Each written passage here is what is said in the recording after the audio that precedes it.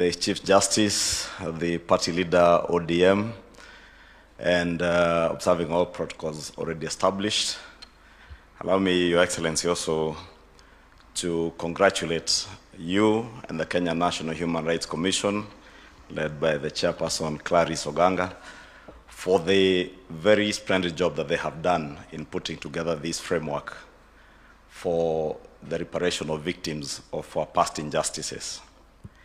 Your Excellency, I remember way back in 2023, when yourself and the late former Prime Minister, Raila Odinga, appointed us, 10 of us, to lead in the deliberations through the National Dialogue Committee. This and the question of the cost of living was one of the most sticking points that we took a lot of time and listened to very many Kenyans on.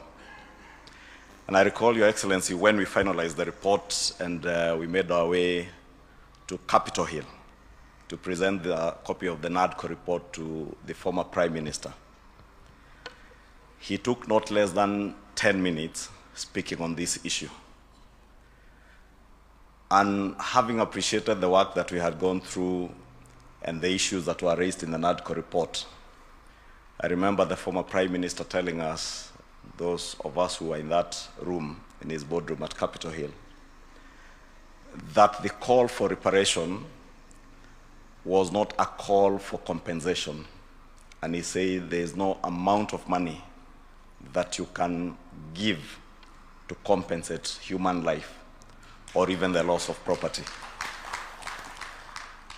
And he told us that reparations go beyond monetary compensation. It's about restorative justice to the people who have suffered human rights violations, injury, loss of life, and loss of property.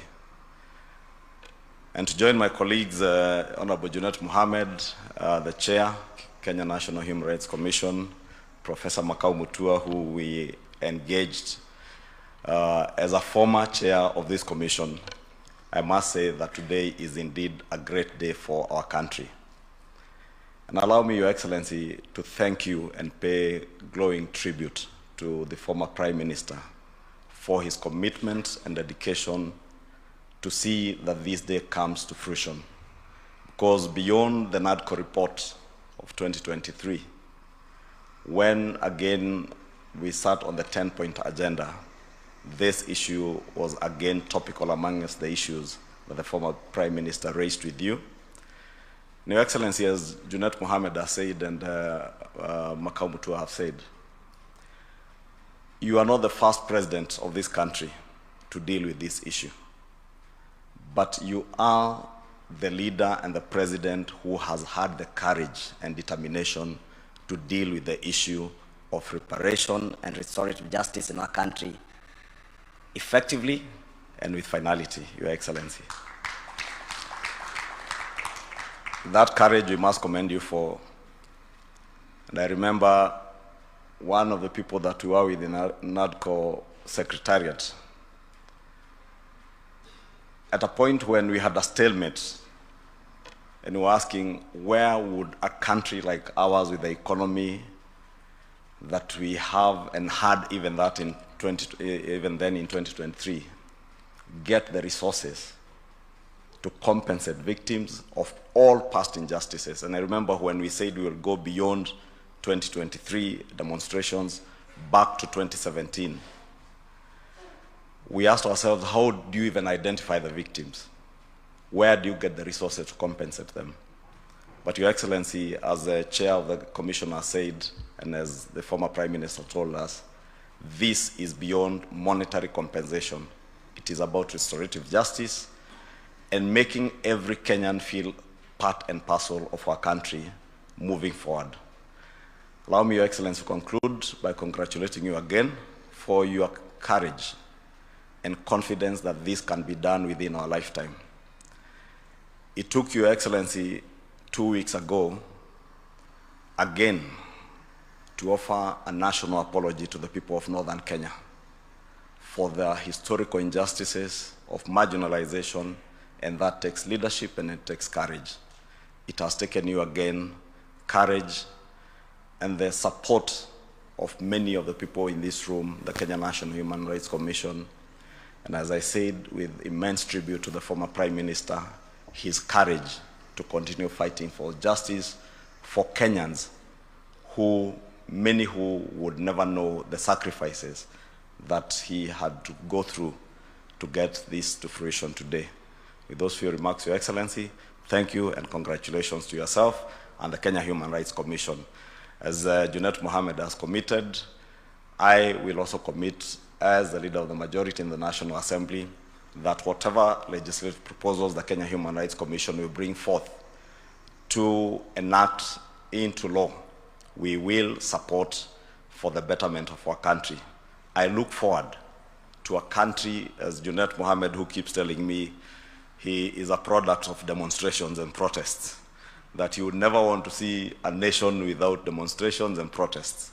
But I look forward, like he does, to having processions, protests, and demonstrations that are peaceful, where people assemble in designated places. And Your Excellency, we must learn from Arsenal fans as much as you are an Arsenal fan together with my speaker.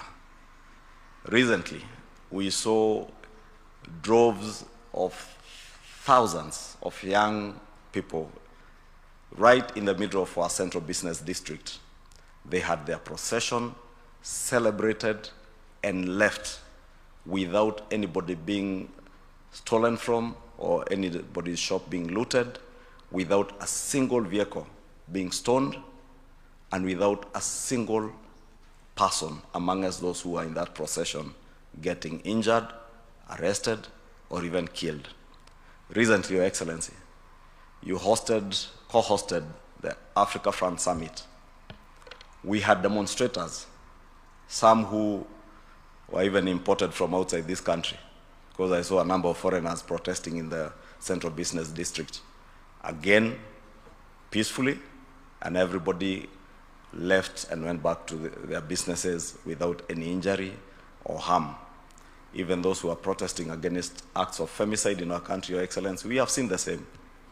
How I look forward in the near future to having a country where we shall have processions, protests, demonstrate, and we all allow each other to go about our businesses, even as we remember that the men and women in blue, and, or rather in uniform, are also part and parcel of our national fabric and deserve respect. And I must thank the Kenya National Human Rights Commission, because I've seen in the report that they have also taken care of reparations also to victims who are in the armed forces or the uniformed and disciplined forces. With those many remarks, thank you, Excellency.